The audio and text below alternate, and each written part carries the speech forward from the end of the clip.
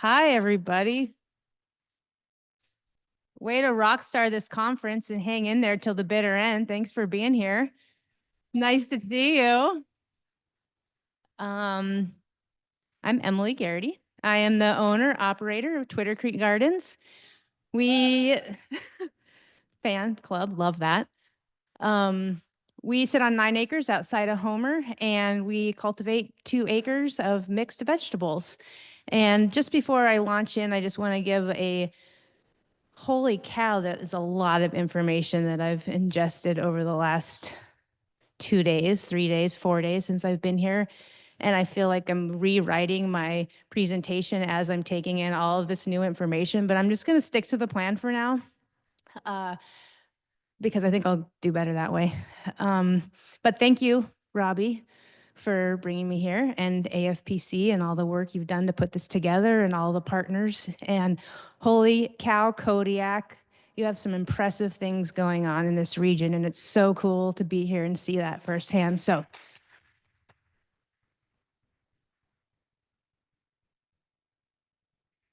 okay, so today we're going to take a look at Twitter Creek Gardens, past, present, and future. I'm going to show you just a brief history of where I started in my farming career, where we are today, and what my goals are for the future. From that point, I'm going to introduce a farmer from Virginia that Rachel Lord and I fangirl over her together often.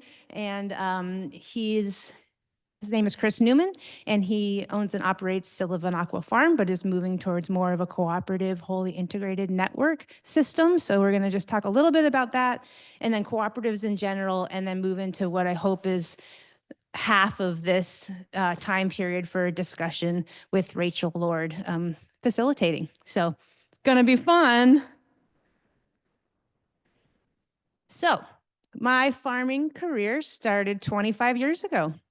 And that started in Fairbanks at a beautiful little setup called Basically Basil, where I met Brad St. Pierre's wife in the field. And that was Gretchen Kurt, and she ran about a 5-acre market garden. At that time, we sold primarily through the farmer's market, and she was doing a lot of value-added stuff to keep her business sustainable. And I'd like to note that at that time, 25 years ago, I think this was rare, but she was hiring people for a paid hourly wage. So thank you, Gretchen, for instilling that into me from the start. I only was able to work there for 2 years because I had this lifelong dream. I guess not lifelong, but at 14, I was like, I am moving to Homer, Alaska, and I'm going to buy land and I'm going to live there for the rest of my life. So that dream took me away from the job and the place that I was born and raised and loved, and headed down to Homer. I was hoping that I could find a farm job on somebody else's farm for an hourly wage, and that was not available. There were just small family-run farms there, and they weren't hiring. So I was adopted by a generous couple who allowed me to install a tiny little garden in their front yard, and there's a picture of it. That was my first independent garden, and I sold 4 CSA shares, and there I am sorting those 4 CSA shares on a picnic table outside of their house. I got a job at the local high school with the intention of convincing the bank that I could afford a land loan, and succeeded. And that was gave me the opportunity to purchase what is now Twitter Creek Gardens. Put in about a 1/4 acre when I first got that plot of land. That was in 2006, sold at the farmer's market under the Twitter Creek name for the first time in 2006, with that 2-foot by 5-foot wooden table and a couple of bundles of vegetables. Maybe sold 8 CSA shares, and just, really kept the dream alive. And then moving forward in 2010, I borrowed my neighbor's tractor and we tilled up an entire acre. This was before I was exposed to any of the sustainable techniques that we use now, like no-till, permanent bed systems, standardized bed systems, efficiency, anything like that. So just like, how hard could this be? I'm just going to harvest trees out of the woods and burn the bottoms and put a cute fence. And I got this acre garden, and I'm going to make an inefficient bed system within it, and that'll be fine. So that was kind of where I started, very naive. It would have been very helpful to work on somebody else's farm for much longer than 2 seasons. So this is kind of a big slide. It's like 2010 to now, basically. And I think that it kind of demonstrates like those jumps that you see in our line graph is like when we made some big moves financially, emotionally, uh, and that's where our revenue jumps came in. I made some bold moves in my career, probably before, especially financially, before the actual viability of the farm warranted those financial choices. But looking back over the years, would I do it different? Yes. But am I glad that I had the journey I did? Yes, also yes. So in the first little bump you see there is 2010 to 2011. I already convinced the bank I could pay back a land loan, so I quit my job and decided that I'd make a go at it full-time farming. For the next few years, you can see there's not much change in revenue. That's when I was like going with the model of it's going to be really fun to like invite people to come farm with me with under the like guise of an internship, and we're going to learn and work together and build a farm. And guess who came to Alaska to do that? Robbie Mixon. Somehow convinced her that was a good idea. But look where she is today. So thanks, Robbie, for believing in me. Yeah, so kind of skated through the years, like not making very much more money, live, work with this like intern guys, but definitely was transparent. Like, I actually don't know what I'm doing, so we're going to kind of learn together. Until I got my hands on a copy of The Market Gardener by J.M. Fortier, and he lays out like a pretty approachable system of how to have an efficient market garden, which convinced me I needed to buy a BCS tractor and move to a standardized bed system. And I made that transition really from 2015 to 2016. And you can see like in a line graph, that's a pretty good jump. I mean, we more than doubled, our revenue just in the course of like changing those systems over. So I had this fence that I already built, and I had to transition like all these willy-nilly bed sizes that I had made into like, how am I going to standardize these? So I had to like change the field completely. And that's when I like made all of my outdoor beds the same size, which because I already built the fence line, those had to be 80 feet rows to fit within that fence line, where I would highly recommend 50 foot or 100 foot because that's what all things come in, remay, drip tape. It's a lot more efficient to use like 25, 50 increments of that. Tip to any new farmer out there thinking about standardizing. But yeah, that was significant. And then I was like, okay, this might actually be possible. And I also started hiring waged employees at that time. My first like main waged hire employee is Allison O'Neill. She's still with me today. So again, kind of skating along over the next few years, we started off with 4 CSA shares, moved to like 30, and recognized that in Homer, I was having a hard time filling all of those slots.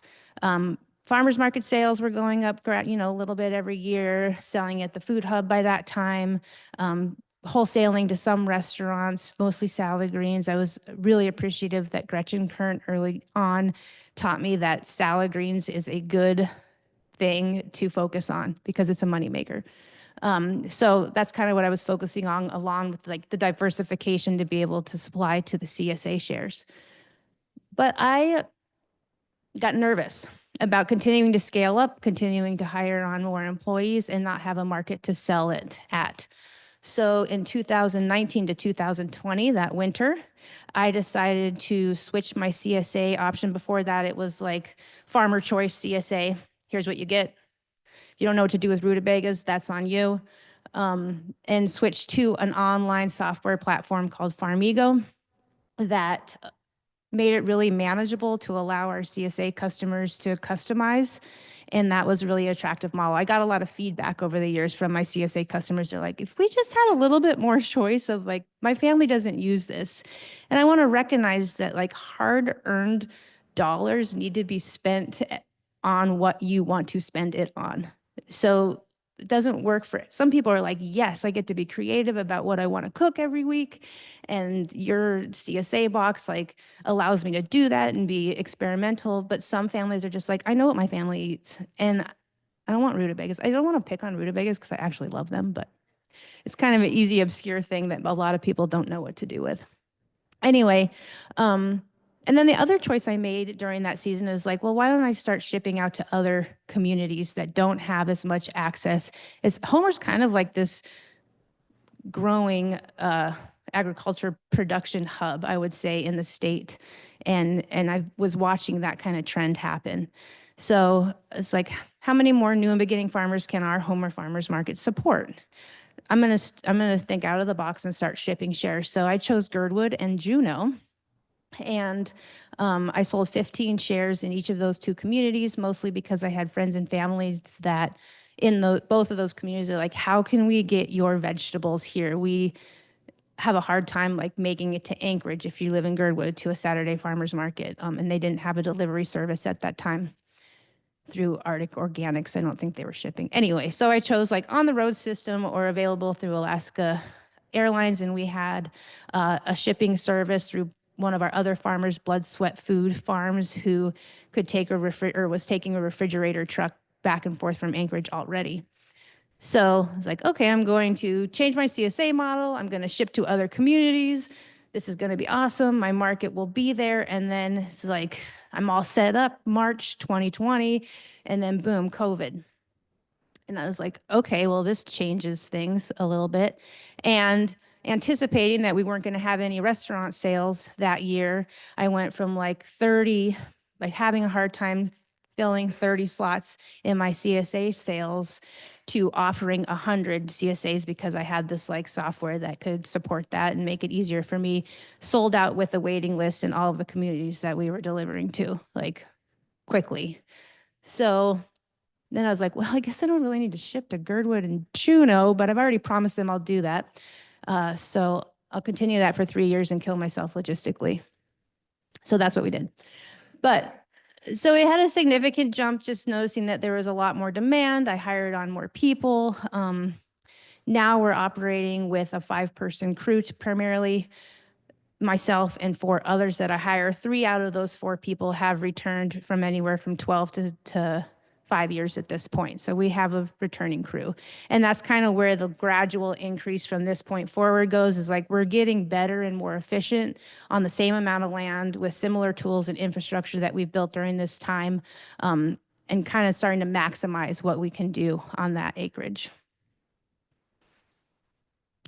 So this is what our farm looks like today, more or less. This was taken an aerial photo in 2003, and the last yield information that I've inputted was in 2003. I haven't finished 2024 yet, but we grew about 17 tons of produce on this plot, and that was 2023. I think it's safe to say that we grew closer to 18 tons in 2024, and yeah, so you can see that along with like building the labor force, building the market, building the reputation in the community, I've also been building infrastructure. So this was like, I bought this land raw, nothing on it in 2005, and then have like put all of our efforts into making this happen over the last 20 years. So yeah, this looks like a flat field. It's not. It has a pretty significant slope. So we cultivate with a BCS tractor as opposed to a ride-a-top tractor, just because we don't have the room, fence line to fence line, to turn tractors around or cultivate in between rows with bigger equipment. So I don't know if you can see the fence line, but pretty much like you can see every square inch pretty much, other than the pass, is under cultivation within that fence line. So just touching on the infrastructure, passive solar greenhouse, yeah, about just under 2-acre outdoor garden. We have 2 Rolling Thunder high tunnels at this point. We did have one other large tunnel. All of those were financed under the NRCS EQIP program. We're moving away from high tunnels because they don't work as well in our cooler climate than Caterpillar tunnels and low-tech low tunnels. So actually we're eliminating our Rolling Thunder high tunnels this spring and just focusing on our lower roofed ceilinged tunnels where we can keep the heat closer to the crops that we're actually growing. Almost all the crops that we grow are close to the ground. We don't have orchards. We're not keeping plastic on because on a normal year, we might have 5, 6 feet of snow, which is where my big first high tunnel collapsed. So I was like, screw this. I don't want to shovel these things anymore anyway. So we take plastic off every season, but that works for us. So for Caterpillar tunnels, 2 mini Caterpillar tunnels we use for a hardening tunnel and our herb house. Low-tech low tunnels, a wash and pack house, which complete with a walk-in cooler, a wood shop, and a significant root cellar, at least for our size operation, for longer-term storage. So yeah, I've had to make some big investments, and I've had to be incredibly creative about how to do this.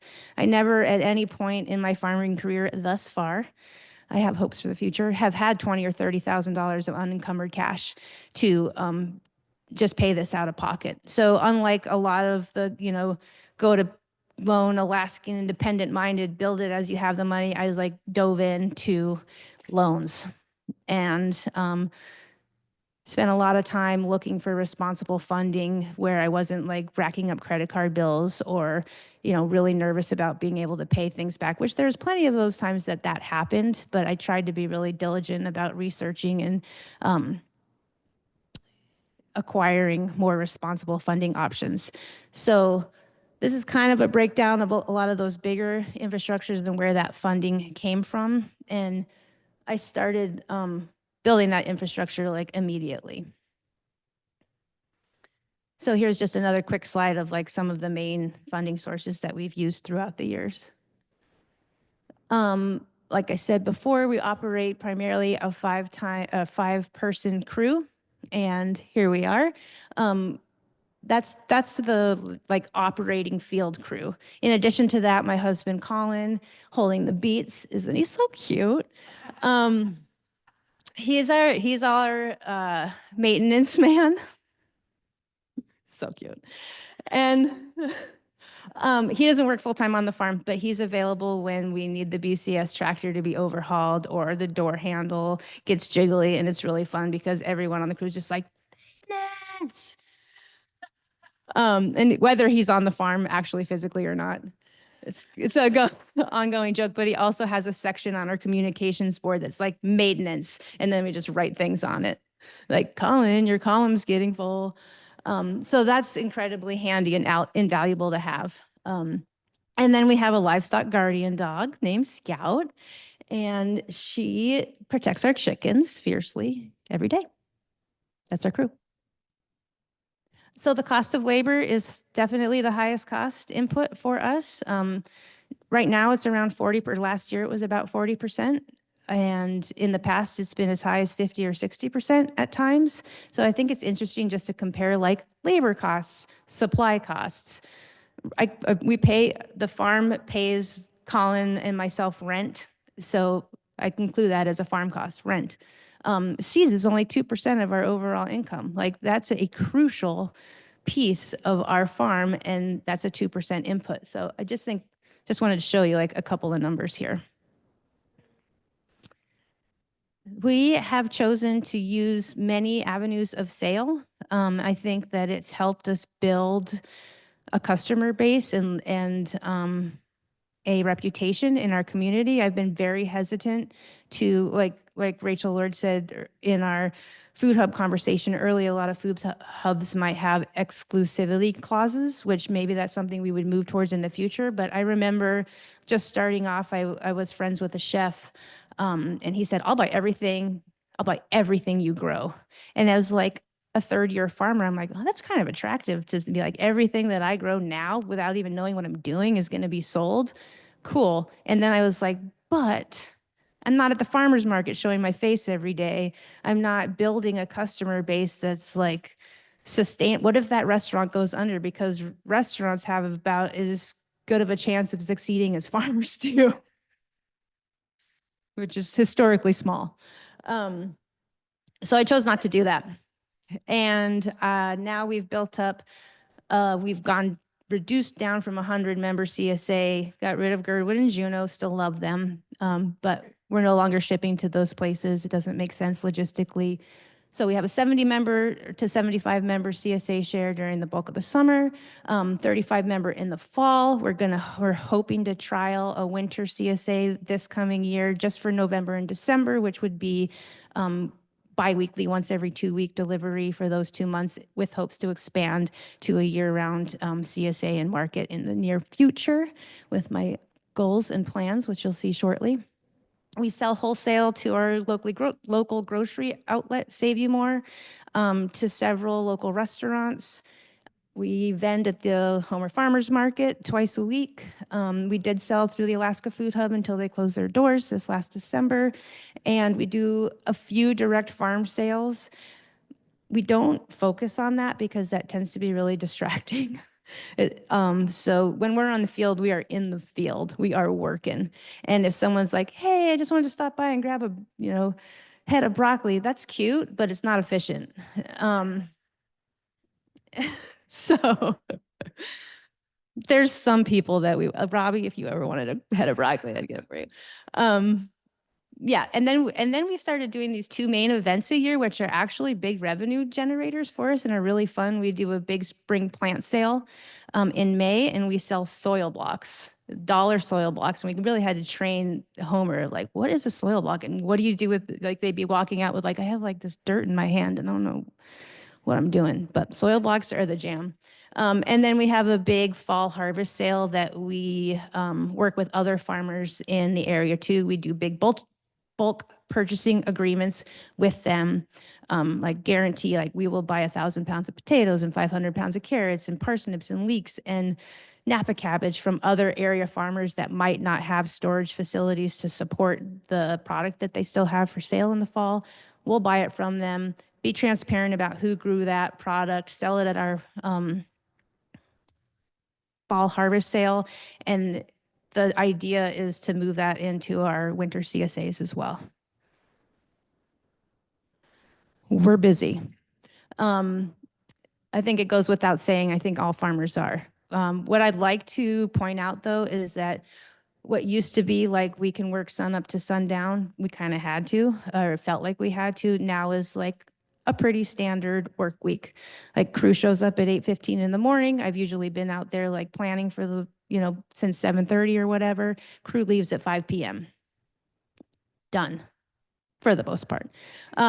And that means that every single day of the week is highly scheduled with very little time for mishap. So bye, Sam. He's giving us a presentation here shortly, so if you want to exit for that, I understand. No shame. But we don't have room for mishap. I mean, I remember one Wednesday, which is like on Wednesdays, we are distributing our CSAs. We are doing a Homer Farmers Market. We are dropping off at the Alaska Food Hub by 1 p.m. That means that 2 delivery vehicles are full of product at noon and leaving the farm. We don't have time for anything to go wrong. And we were all in the wash and pack house this one Wednesday morning. And we see these like 2 families of moose, like sauntering into the middle of the yard. We're like, that's cute, that's cute. Look at the baby moose. Everybody pause and look at them. And then they walked right in the freaking garden, in a garden gate that was at the bottom of our fence line. It was like all of a sudden we have like 20 minutes to finish packing our delivery vehicles to meet our demand on a Wednesday, and there's 7 moose in the garden. So I went ape, and anyway, it was ugly. Nobody got hurt. The moose left, not much damage. Jeez, I only have 5 minutes from my self. Okay, I'm gonna go fast. Anyway, moving forward. These are the next plans for the future. I have been approved at the state level anyway for an RFSI, Resiliency Food Systems Infrastructure Grant through the Division of Agriculture. I'm hopeful that I will get this. It's on hold right now. And also, in addition, I've been working with the state of Alaska to get a land lease on a field that's just a half-mile from our existing operation. So that would allow us to expand another 5 acres with a focus on winter storage crops and being able to supply through the winter.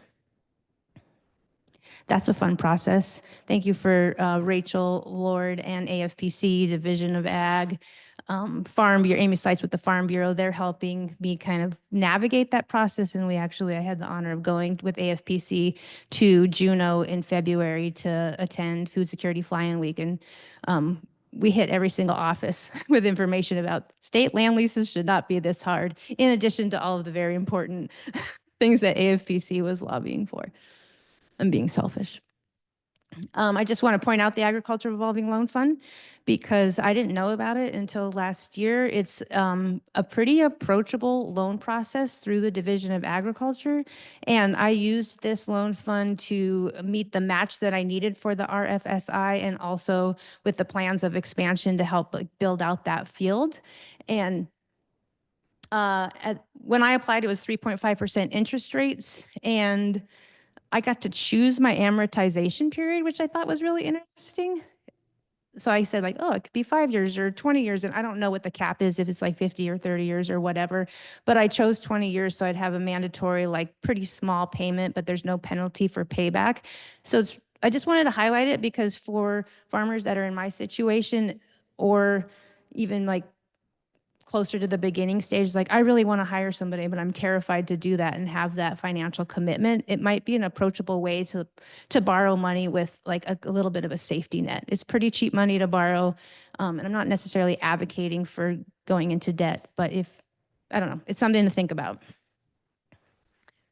So I think it's important to just kind of evaluate my goals as I'm growing as a farmer and think about what I want my future to look like, what I want to focus on, and here those are. So creating and maintaining viable career paths for myself and other farmers has been a big one. I think it's really important that we get paid for our work and that our laborers get paid for the work that they're doing. In unison with that, I want to make the price point of our products approachable to the average Alaskan consumer. So how do you do both of those at the same time? Thank goodness we have so many incredible food subsidy programs in the state, and I hope that we can fight for LFPA or see another route towards that. Other things, producing at a scale that can meet the needs of the Alaskan consumers, prioritizing those sales through food access programs, combat food security issues by boosting production to feed our communities, and work collectively to achieve these goals. I'm going to have to go kind of fast through my last slides because I want to give Rachel a lot of time. I want to give time for that. Okay, so what I've shown you so far is very much like the independently minded small garden model, like not a real great plan starting off. Dive in wholeheartedly, not super calculated, but excited and very naive approach to a farm business. And now I want to introduce Chris Newman of Sullivan Aqua Farms. He is an indigenous and African-American farmer in Virginia, and he is highly critical of this farm model. And I wanted to hate him when I first was introduced to him, but he kept saying, like, validating questions that I had in my head, like, are we doing enough? Is this a sustainable farm model? Are we actually combating food security? And some of those answers are like, yes, kind of, maybe, and sometimes no. So I was intrigued and I kept following him. So he has this big idea that for food sovereignty to be possible, first generation farmers must be able to succeed. I'm a first generation farmer. I'm looking at other first generation farmers in this room. And for first generation farmers to succeed, like step away from that small independent minded model and move to a more like integrated cooperative community controlled agriculture cooperative. I'm not going to read these word for word, but you can. I have his book here if anybody wants to look at it. So first I just want to look at like the difference between conventional agriculture and sustainable agriculture, and things that conventional factory farming focuses on is affordability and availability, and producing as much as possible at the lowest possible price point, and alternative, sustainable, regenerative, whatever, choose your buzzword, focusing on human and environmental health and producing maximally nutritious foods with the most respect to the land. That is not hard to get behind. I think that a lot of us in this room, it's like obvious which one we would choose. But there's a cost to both. And conventional agriculture produces affordable food at the expense of the environment and long-term human health, while small, sustainable agriculture produces highly nutritious and environmentally restorative food at the expense to access to the general public. So he kind of lays out these 5 levels of agribusiness, and I think it's safe to say that the majority of us small independent farmers are operating in levels 1 and 2. Direct to consumer or maybe small wholesale, the entry point to access these markets is pretty small. You can drag a 2-foot by 5-foot table out of the woods and bring it to the farmer's market in your broken down Subaru and pop up a pop-up tent, and there you are, direct to consumer. Small wholesale, you might need a delivery truck or like a bigger Subaru. Then you get into these other levels of agriculture where you're looking at some pretty substantial levels of entry, some bigger infrastructure, some more certifications, things like that. So I think I like this slide because it kind of just points out like where we are and what is also out there. And just for like a number comparison, $15 billion in the US, is kind of spent in that level 1 and 2, and $1.8 trillion, which is $15 billion. I had to do the math on this because those seem like really big numbers, but that's like less than 1% of the food consumed in the US is being produced at the small level 1 and 2 scale. So again, he's advocating for agricultural cooperatives. Many roles are incorporated into those cooperatives, and kind of driven by these. There's a lot of information here, but some of what he presents has some crossover to what we could use in Alaska, and some of it I don't think does. Like big land ownership, like where in Alaska you're going to find 4,000 acres to, co-own and operate on. Maybe in the Matsu, I don't know, is there 4,000 acres? No. But I was like, what, are you crazy? Okay, nowhere. Delta, okay, Delta. Who wants to move to Delta? It's beautiful, not windy. Anyway, my point is this is interesting to me, right? And what I circled the community food assessment piece because production is driven by a community food assessment before like you're even getting on the ground. And what does a community food assessment do? It evaluates what food people need, what they can afford and why to pay and why, and what barriers do they have for access. There's a community food assessment going on in Kodiak right now. That's super cool. There's been many others done across the state. Have this informed information ever driven my personal business model? No. Should it have? Probably. So the building blocks to building a farm business, Newman argues, are these: assess the needs of the community first, develop the market, and then build your production to meet that market. He argues there's 3 ways: the hard way, the okay way, and the smart way. The hard way is what I've done and what many of us have done. I don't know. I don't necessarily agree with everything he's saying, but I think it's interesting for like conversation to bring these points up. And the hard way being buying or securing land first, have these financial hurdles associated with that, learn how to grow food, and then like find a market to do that.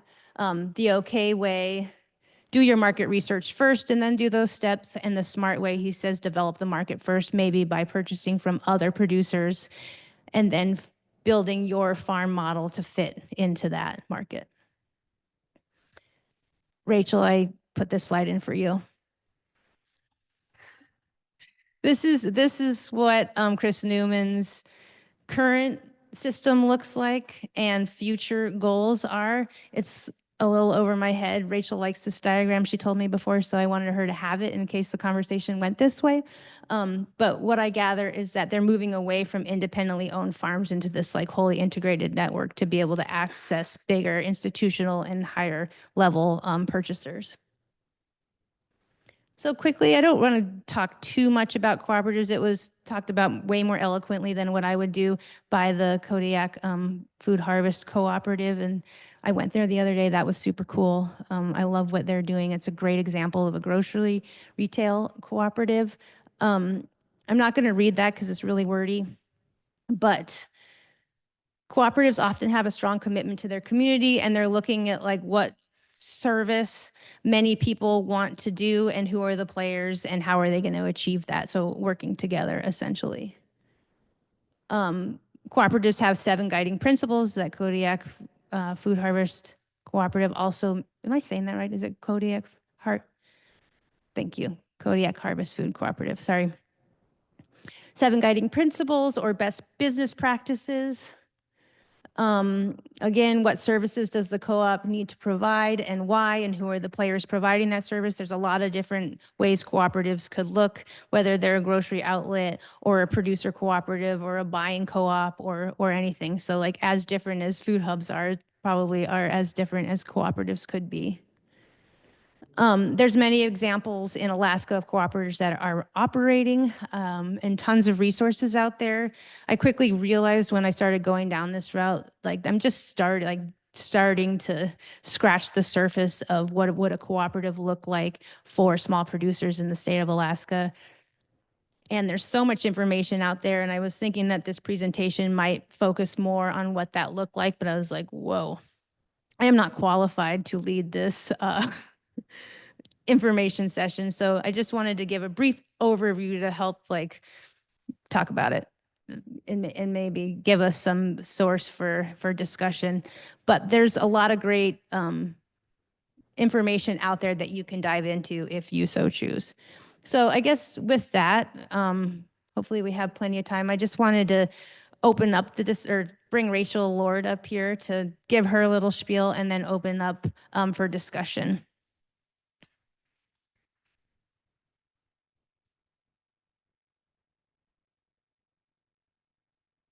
My spiel. And I mean, really, I mean, I think that I'm here to try to help facilitate conversation. And that's so much interest lies in what do people think about this? And really, I mean, truly, like Emily and I have just been kind of geeking out together, which can be its own echo chamber, right?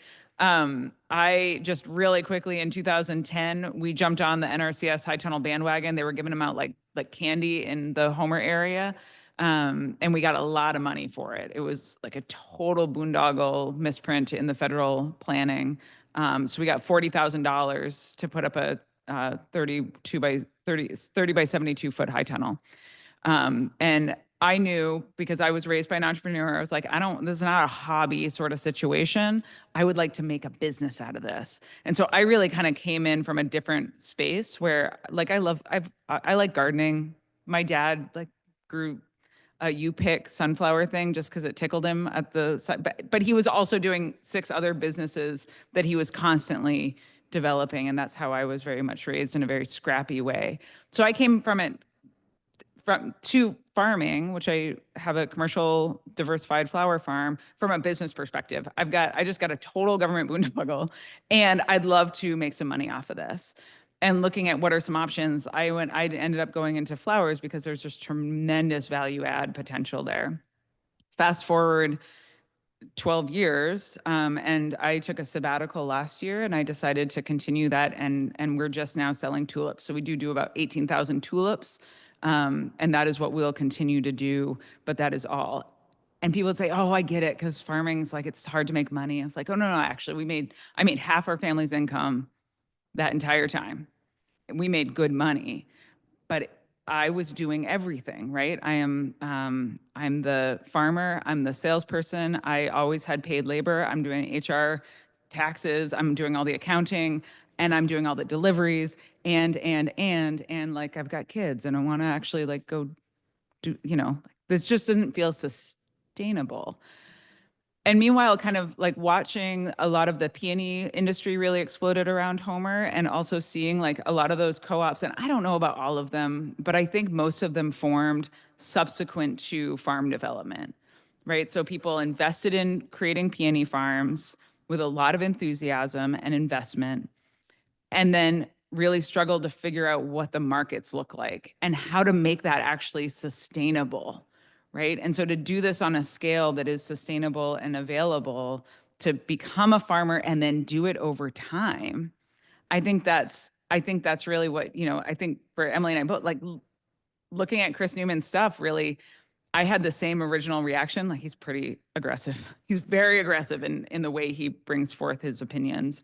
But he talked a little bit about, in one reel on social media, about the value laden conversation around like the farm to table movement. And he was talking about how like he was raised eating chicken nuggets. And his parents are good parents. Like, he was raised with love and care, but they couldn't go afford like fancy pants food. And I had similar, in sitting with farmers, talking about the values base around our food. And yes, it's important and it's true.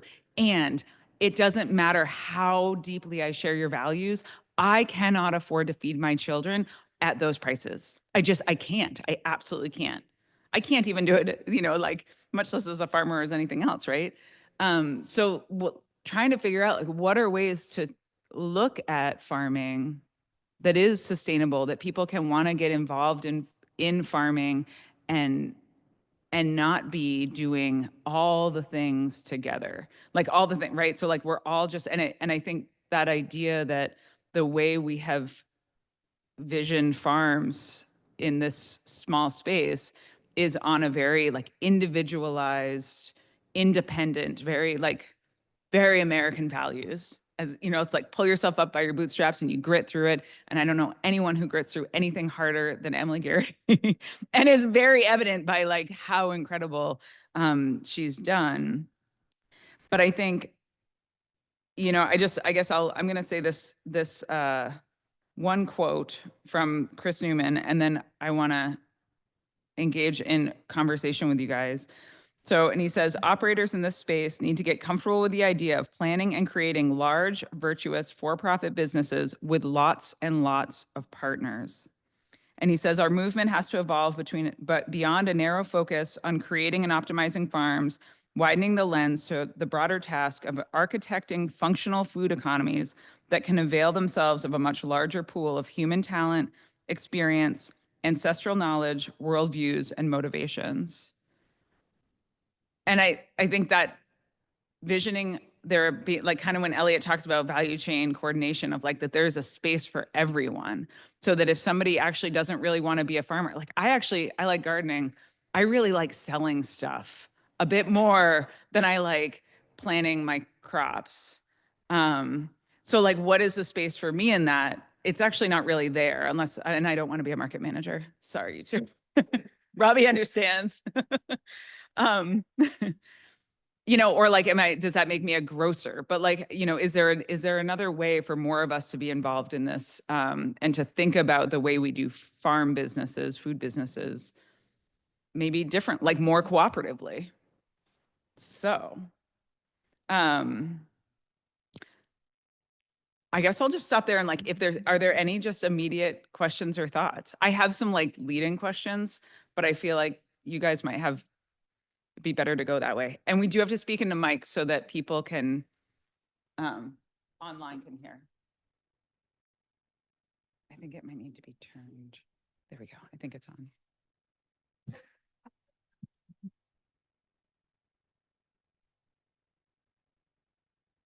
Hi, I am not local to Alaska, but I have farmed the last 4 years, highly diversified vegetable farms in the Nevada area. So like not a similar growing situation, but maybe similarly challenging, high desert stuff. But all that to say that there was some talk going around of all the local farms, instead of each individual farm growing 40 crops, have a community-wide CSA where each farm specializes in what works for their soil and the infrastructure that they have. I don't know how that would work. exactly. But I thought it was a really cool concept, at least to discuss. So And I think there is, and like, I mean, Brad, we mentioned this yesterday, right? Like I don't think I think that maintaining the values and the structure of farming in a way that is regenerative is really important. So I often will kind of dream, like in years past, because I grew over 40 different varieties of flowers, I would kind of get very dreamy about the peonies. Cause I'm like, yo, you guys have like this one thing you do. And I'd but then I'd go and I'd visit the farms and I'd just be like, oh, like it is 100% monocrop, right? You have 3,000, 5,000, 8,000, just one thing. Um, it's not lost on me that that is what I'm doing now with tulips. And that is within a simplification model, right? Like, but I think to that point, are there spaces to do some amount of diversification that's maybe not full monocropping and right, that's where I think, Emily, I really liked your, like the bridge between the conventional and the like farm to table space is, there's a, we don't, it doesn't have to be all one or the other. Like what are some structures that might be in bridging that a little bit? I think that, yeah, like Rachel said, that's like a huge gap, right, between those two. And I'm not advocating necessarily wholeheartedly for either one of them. But one thing that we've incorporated is like, I don't really grow potatoes. I buy those from, a farmer that specializes in those. And that's who I go to, is like, I will guarantee that I will buy X amount of potatoes. So I feel like I'm thinking that way, and not necessarily going to like monocrop culture, but I'll choose a few and you choose a few, especially when it comes to like winter storage or something like that. So I think it's something to think about for sure. And to that end, like you have farmers that have been farming, that have been selling at the farmer's market. They have raised their children. They have sold at the farmer's market for, how long have the Castellani's been in the market? 20 years? started it. They started it in 1999, 99, right? So they have been farming. They've been selling at the farmer's market since 1999. And like, just like, whoa, there's a sustainability issue, right? At some point, you're like, wow, we might not be able to keep doing this forever like this. But what if we don't want to stop farming, right? Like, what if we could actually sell a whole bunch to Emily, or whatever? And I think that's where, like, when I think about that is a reverse engineering for success, right? Which is really great. And are there ways to think about structuring intentionally at the front end to build that in so that you don't have to get to, 10, 20, 30 years later of burnout and being like, okay, how do I make this work? Good running in Atlanta.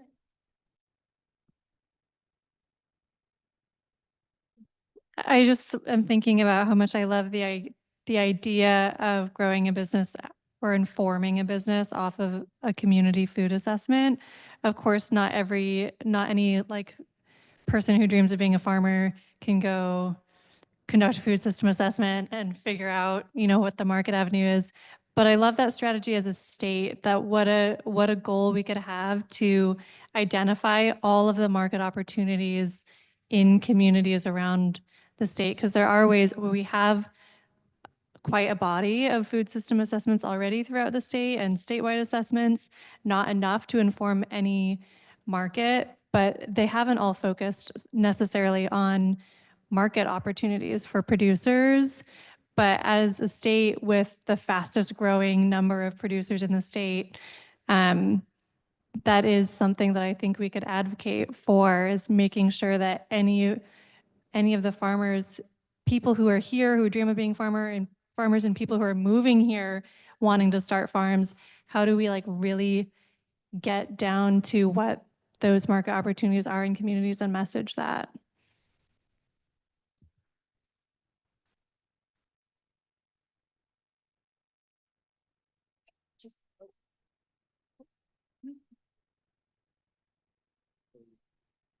Yeah, thanks for the presentation, guys, and I'm really excited that we're talking about farming cooperatives. And like I manage Grow North Farm and Fresh International Gardens in Anchorage, so some of this work we've been doing there and had some success with But I'm curious from y'all's perspective and some of the research that you've done, are there other cooperative farms that you feel like are doing a really good job, whether, in the lower 48 or elsewhere, that you see as like a nice model or like inspiration for kind of what you're envisioning for the like cooperative style farming in Alaska?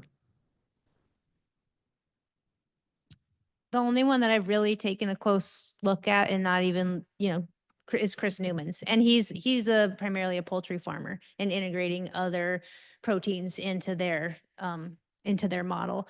So I don't know of any like producer driven cooperatives in the state of Alaska. Are there any that anybody knows of? Other than, yeah, Luke Dick Grown. My understanding is, oh, okay. Other than a Luke Dick Grown. And I don't know enough about their business model and their selling model to speak to that as like, as far as like a sustainable business model outside of support, but it would be something to look at. I know that they do a lot of collaboration and information sharing. I think it's really cool that they're working together in that way, but it'd be interesting to hear like how that goes into like dollars and cents of operating a viable business model. So I'm going to call out Saleh and Harmony to speak to the Ulu Cooperative that's operating in Hawaii. So I think that's a really incredible model that could be replicated with some of the products that are being produced here in Alaska.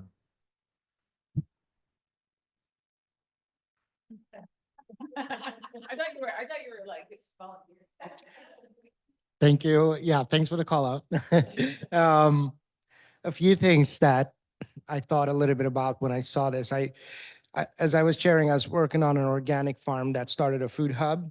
At the time when we started a food hub, I think I'd been there for 6 years, and I'd seen the farm go from no production, which is like where you began, right? To having the sales of roughly 20,000 a month, which ended up being, right around 100. And then by the time we started the food hub, we were roughly at the production of 1 ton a year, right? It took the food hub only half a year to aggregate that amount from the community. That process itself lent itself to more reliable markets for all of your farmers that then benefit you at the end, because you don't have to go and look for the markets or have rainy days at the farmers market or things like that. So the other thing I'll say, though, I've also seen co-ops fail. There is a huge governance piece of co-ops where I think if you don't find really like-minded people, and in this case, not only like-minded, but like capacity, like they've gone through your journey, they've walked that, you could end up in all kinds of meetings stalling and votings going wrong. And there's that process of it. So those are some of the things I'm thinking, but I love to support your new food hub. This looks great. Like that rebrand? That was a skillful rebrand there. Okay, I think Heidi, let me get it to Heidi Hero. Oh, you want it back? The Ulu Cooperative in Hawaii, it's a guaranteed buying program in Hawaii. So any producer of any size is able to sell Ulu, which is breadfruit, to the cooperative, and it's a guaranteed market for that specific product. And then they're doing value add from that product to then create new markets. So they're doing market research and product creation, as well as like creating a guaranteed market for the producers themselves. And so they're taking the marketing and the sale of that off the producer and then creating new market opportunities through like making Ulu chips or Ulu hummus or these new kind of products that are available. So I think Alaska, with the unique kind of marketing opportunities that we have within the ecosystem, like Alaska Grown, it has an inherent quality that we can look to identify the products that are marketable internationally or nationally that have that inherent kind of draw and at that market opportunity. So said market a lot in that space, but I think where we can kind of segregate out the work that, so we have, you know, the sales and the value add production, and then others can focus on the actual production of the product, so that we're not the jack of all trade trying to do everything all at once. So Ulu Cooperative, again, in Hawaii, I think is a model that Alaska could learn from, and what we're talking about here today. I just want to mention that over the last few days, thanks Ticon for that. Over the last couple of days, I feel like cooperatives keep coming up, and I don't know if that's because I'm just starting to pay attention to it, or if the conversation is happening more. But Lindsay Olson, and I don't know the organization off the top, Green Wave, they're talking about a cooperative for kelp. And that seems like a really cool model in the works. And same for Hannah Heimbach of her organization. Does anybody remember? She's fisherman. Yeah, she's talking about buying from smaller cod fishermen and aggregating to approach bigger intermediate buyers. So I feel like it's happening in this state even, and that's really cool to hear examples of in Hawaii and other places across the nation. But I think this is coming up in the state, so that's pretty cool. Oh, yeah. I guess I was just going to mention, when I think of co-ops, I think of the Peony Co-op, and of course the one that failed in Fairbanks, and a lot of farmers built their business model around that, planning on not doing the marketing and planning just doing the growing. And I guess I think of the risk involved with planning your business model around that. But I also just wonder culturally about Alaskans and farmers in particular, about kind of that, wanting to go on your own versus cooperating, and, what would be involved in, I don't know, education or different, there might be a lot of variations between communities too. So. I think there's definitely a big cultural component for sure. And I think that's nationally. I think the only thing that I would say is that, yes. And I think it's important to also contextualize, and I'm not trying to be like a wicked downer here, but small farming is super romantic. Super romantic. So if you look at the failures of cooperative business models, I think, it's like, there's also failure. How many producers have we had start farming and stop farming within 5 years, within 10 years? Like a lot of them. So I think that's just a really important thing to think of, like Mike's denominator a little bit, right? Like there is an overall structure to contextualize. I just wanted to bring up, so in 2016 and 2017 in Fairbanks, we started meeting to start a farmers cooperative, and we actually worked with this cooperative support, Barbara, is that the person or is that the name of, no, so there was somebody else back then, I think his name was Colin, but anyway, and they did and funded a market survey in Fairbanks for what was available and what the prices were. And at the very beginning of that, I think, Sully, that's wisdom. Like, we never actually got it off the ground, but if you start moving into the direction of wanting to put something like this together, I think we can skip a lot of what we went through in Fairbanks for a grower, like a food farmers co-op. And that market research, that like to direct, if we do a market survey of what's, to build that plan. We made all sorts of mistakes, and that room was full of 30 or 40 farmers at the beginning, and it ended with 3 people in there. And like when the survey was finally done, there was 3 of us sitting there with it. So I think, I think the history of successful farm communities are co-ops in the Midwest. That's what saved the family farm. I mean, there are many models that have worked, but and this breadfruit, I was going to say, like, what that meant for like new and beginning farmers is the co-op would buy anything and everything you grew, as long as you grew the crops that they were looking for. And talking about the riskiest biz I could imagine is risking your livelihood on the weather. And if we're going to get to a point where we can do this kind of thing, where we can increase those sales to like larger institutional buyers and as a cooperative, the big lack I feel like is those producers that are producing on the same scale and level with intention, But I think but I think working with the independent farmers that we have in Fairbanks that grow food and everybody's on their own, there is even those folks, and we're talking some grizzly folks, wanted to work together. So I don't think just because we're independent Alaskans means that that's not possible. I want to do one quick plug for the Regional Food Business Center. Once our funding starts flowing again, hopefully we do have a technical assistance contract around developing farmer co-ops in Alaska. So send some prayers up that it's flowing soon. And letters to. And letters, yeah, that's probably more effective. Oh, I mean, both of them, both. I think we're out of time. I just want to end with, I realized getting into this conversation, we weren't going to come with all the solutions, but just wanted to like get discussion going. And I know it has been going, but I also want to challenge this independent small, farm strategy that maybe isn't as calculated or as thought out or as efficient or responsible as maybe it could be. So thanks, everybody.